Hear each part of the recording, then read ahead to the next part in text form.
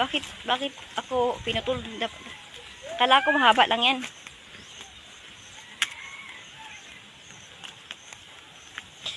Basta yung cellphone, pen! Ha? Mamahalin yung cellphone ko, pre.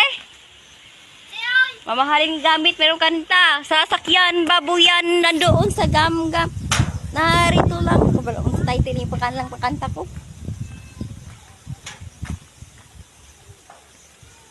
Mahirap kasi wala akong tripod. Bibili kasi ako ng tripod. Yan, guys. Tripod pa to yung nakita ko sa YouTube. Makalimutan ko na. Mamaya, pag uwi natin, search ko na. Tripod pa to yung pangalan.